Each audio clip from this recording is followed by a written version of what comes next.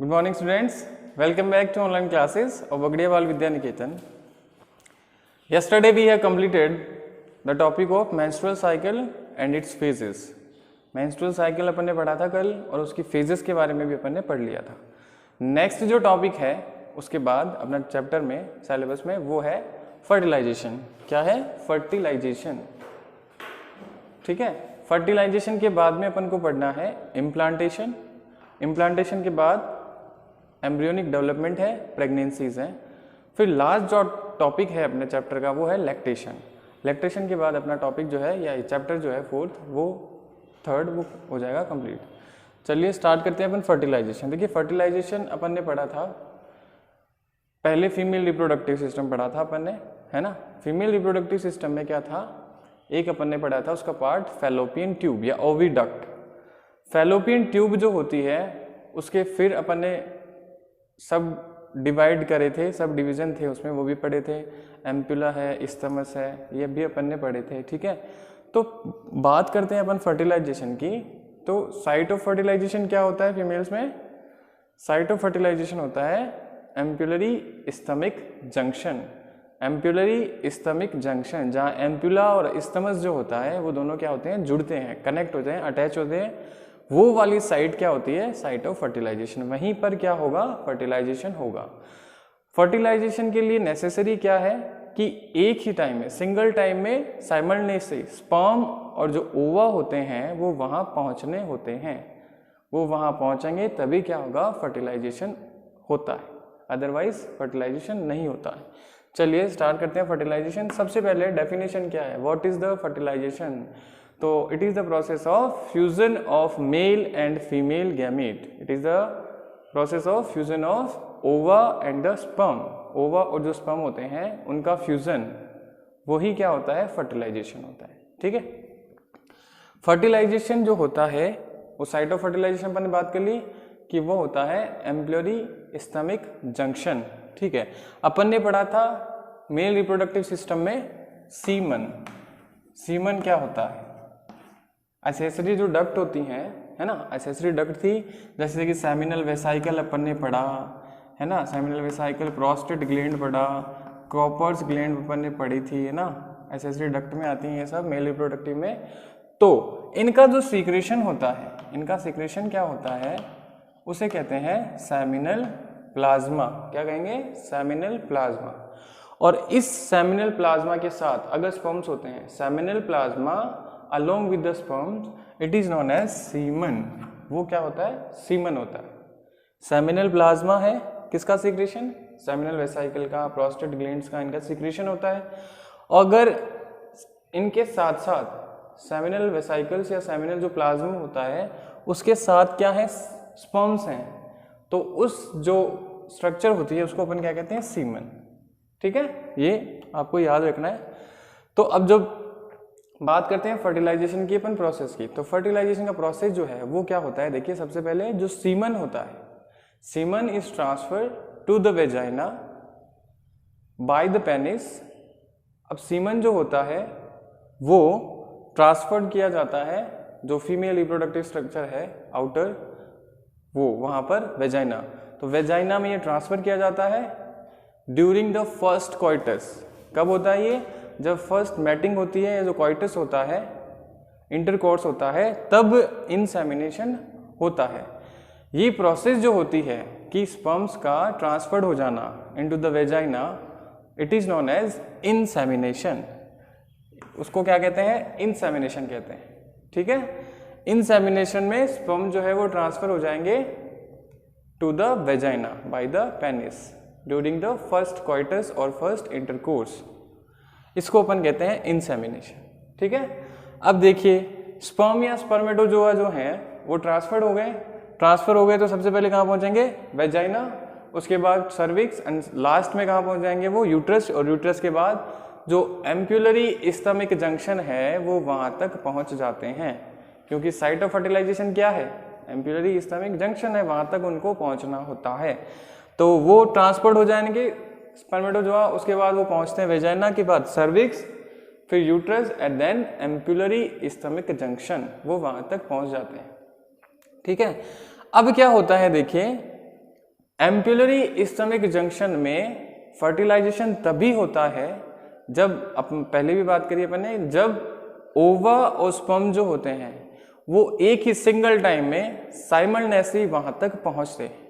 अगर ऐसा है कि स्पर्म पहुंच गए ओवा नहीं पहुंचेंगे तब भी फर्टिलाइजेशन नहीं होगा, स्पर्म्स पहुंच गए ओवा नहीं आते, ओवा पहुंच जाते स्पर्म्स नहीं पहुंच पाते, एक ही टाइम पीरियड में वहां पर दोनों पहुंचने होते हैं, तब तो क्या हो जाता है, फर्टिलाइजेशन हो जाता है, अदरवाइज फर्टिलाइजेशन नहीं होता है।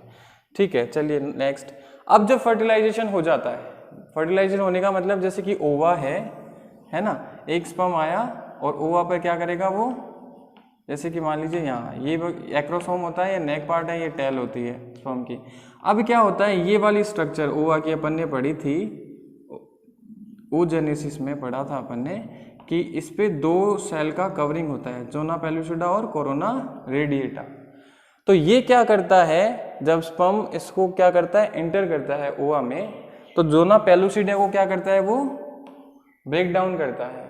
इसमें क्या होते हैं स्पर्म्स में, मैंने पहले भी बात करी थी अपन ने, स्पर्म के स्ट्रक्चर में पढ़ी अपन, जो एक्रोसोम होता है उसमें कुछ एंजाइम्स होते हैं जो क्या करते हैं, इस जोना पेलुसिडा जो होती है वहां पर इसको काटने का काम करता है या ब्रेक डाउन करने का काम करता है, जिससे वजह से ये क्या हो जाता है, इस ओवा में एंटर हो जाता है। ठीक है, अब क्या करते हैं, ये जो जोना पेलुसिडा जो होती है इसमें भी कुछ केमिकल सिक्रेशन होता है, इंड्यूस करती है ये केमिकल सिक्रेशंस को, जो क्या करती है, it ensuring the only one sperm is fertilised to the ova. खाली एक सिंगल टाइम में एक स्पर्म जो होता है वही ओवा को क्या करता है, फर्टिलाइज करता है। ये एंश्योर किया जाता है बाय द जोना पेलुसिडा। और नेक्स्ट अगर जो भी स्पर्म्स आ रहे होते हैं उनको ये ब्लॉक कर देता है because of the some chemical secretions. Chemical secretion होंगे जिससे खाली एक टाइम में, सिंगल टाइम में खाली एक ही स्पर्म जो होता है वो क्या करता है, इसको एंटर करता है। ठीक है, अब देखिए जब ये स्पर्म ओवा के अंदर एंटर हो जाता है, मीन के साइटोप्लाज्म, न्यूक्लियस सब क्या हो जाते हैं, अटैच्ड हो जाते हैं, तो ये क्या हो गया, फर्टिलाइजेशन। फर्टिलाइजेशन जब हो जाता है तो रिजल्टेंट क्या बनता है भैया, जाइकोट बनता है।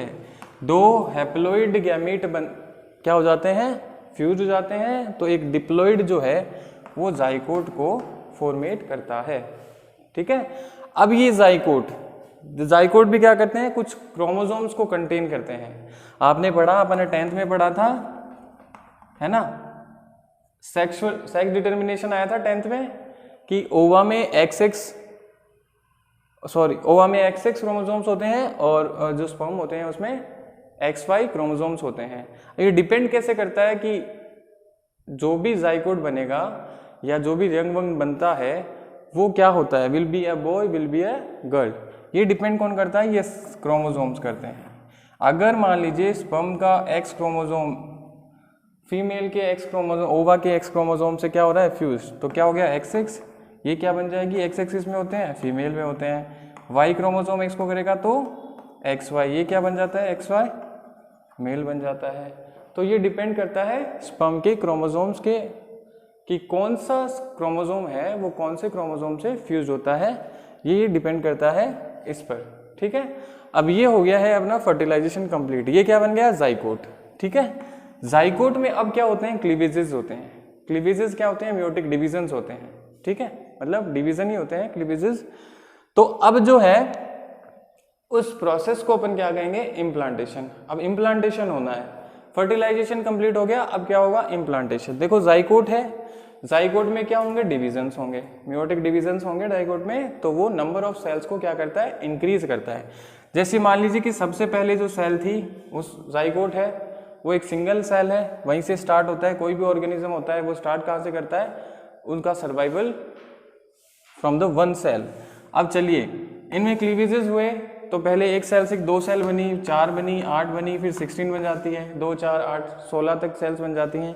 तो ये वाली जो स्ट्रक्चर होती है जो 16 सेल्स बनाती है, जो 16 सेल होती है जिसमें, उसको कहते हैं अपन मोरूला।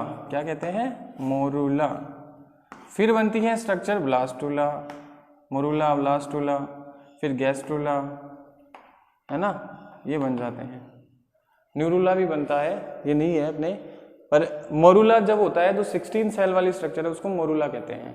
फिर ब्लास्टुला बनती है, ब्लास्टुला में एक कैविटी बन जाती है। ब्लास्टुला जब स्ट्रक्चर बनती है तो सेल्स तो ऐसे चारों तरफ हो जाती हैं और इसके अंदर जो है एक क्या बन जाती है, कैविटी। कैविटी क्या होती है, जो फ्री स्पेस होता है जहाँ पर सेल्स नहीं है, ये कैविटी, इसको कहते हैं ब्लास्टोसिस्ट। क्या कहते हैं, ब्लास्टोसिस्ट। और ये जो सेल्स होती हैं इनको कहते हैं ब्लास्टोमियर्स। क्या कहते हैं, ब्लास्टोमियर्स।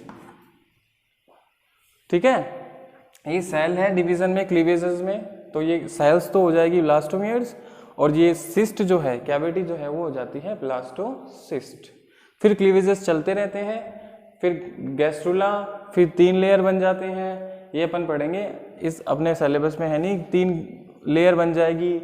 एपिडर्म वो अपन ने पढ़ा था 11वीं क्लास में पढ़ लिया था अपन ने, है ना। 3 जो जर्म लेयर बन जाती है, कौन सी होती है 3 जर्म, एंडोडर्म, मेसोडर्म और एक्टोडर्म, है ना, ये बन जाती हैं। इसके बाद क्या होता है, देखिए ब्लास्टोसिस्ट बन गई और ये ब्लास्टोमियर्स बन गए। अब क्या होता है, जैसे जैसे सेल्स और आगे डिवाइड होती रहती है, क्लीवेजेस चलते रहते हैं, एक फाइनल कंडीशन क्या आती है कि आउटर जो सेल्स होती हैं वो इस तरीके से क्या हो जाती हैं, अरेंज हो जाती है, और इनर सेल ये हो गई। ठीक है, ऐसी कंडीशन जब आती है, ये जो आउटर कवरिंग होती है सेल्स की वो होती है ट्रोफोब्लास्ट। क्या कहते हैं उसको, ट्रोफोब्लास्ट। और जो इनर सेलुलर मास है उसको कहते हैं आईसीएम। इनर सेल जो होती है उसको कहते हैं आईसीएम या इनर सेलुलर मास। ये वाली जो स्ट्रक्चर है, ठीक है, ब्लास्टुला या जो भी है ये स्ट्रक्चर, ये वाली जो स्ट्रक्चर होती है जिसमें आउटर कवरिंग तो क्या होता है, ट्रोफोब्लास्ट बनाता है। आउटर सेल जो होती है उसको ट्रोफोब्लास्ट कहते हैं, और जो इनर अंदर वाली सेल होती है उसको इनर सेल मास कहते हैं। ठीक है, अब ये वाली स्ट्रक्चर जो होती है वो जाती है कहाँ पहुंच जाती है, यूट्रस में। यूट्रस की लाइनिंग होती है एंडोमेट्रियम लाइनिंग, वो क्या होती है, थिकन्ड होती है। ठीक है, तो ये वाली स्ट्रक्चर आकर यहाँ पर क्या हो जाती है, अटैच हो जाती है। यहाँ पर ये क्या हो गई, अटैच हो गई। ये वाली जो स्ट्रक्चर होती है वो यूट्रस पे क्या हो गई, अटैच्ड हो गई। और ये यूट्रस से अटैच्ड हो जाना ही क्या होती है, इम्प्लांटेशन होता है। अब इम्प्लांटेशन के बाद यहाँ जब आ जाएगी सेल्स तो एंडोमेट्रियम जो है इसको न्यूट्रिशन देगी।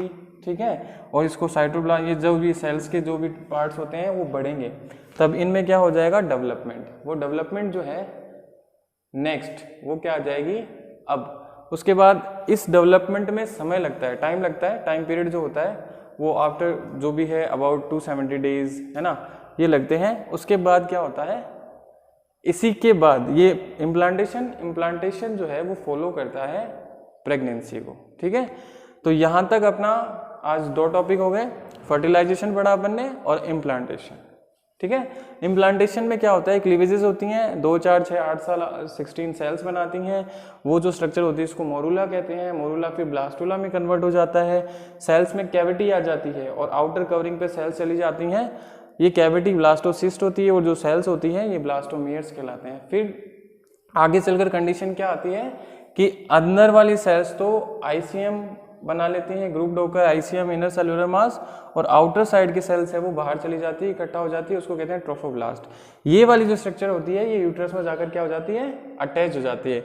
इसी को अपन कहते हैं इम्प्लांटेशन। अब इसके बाद एम्ब्रियोनिक डेवलपमेंट स्टार्ट हो जाते हैं। ठीक है, वो अपन पढ़ेंगे नेक्स्ट क्लास में। All the best.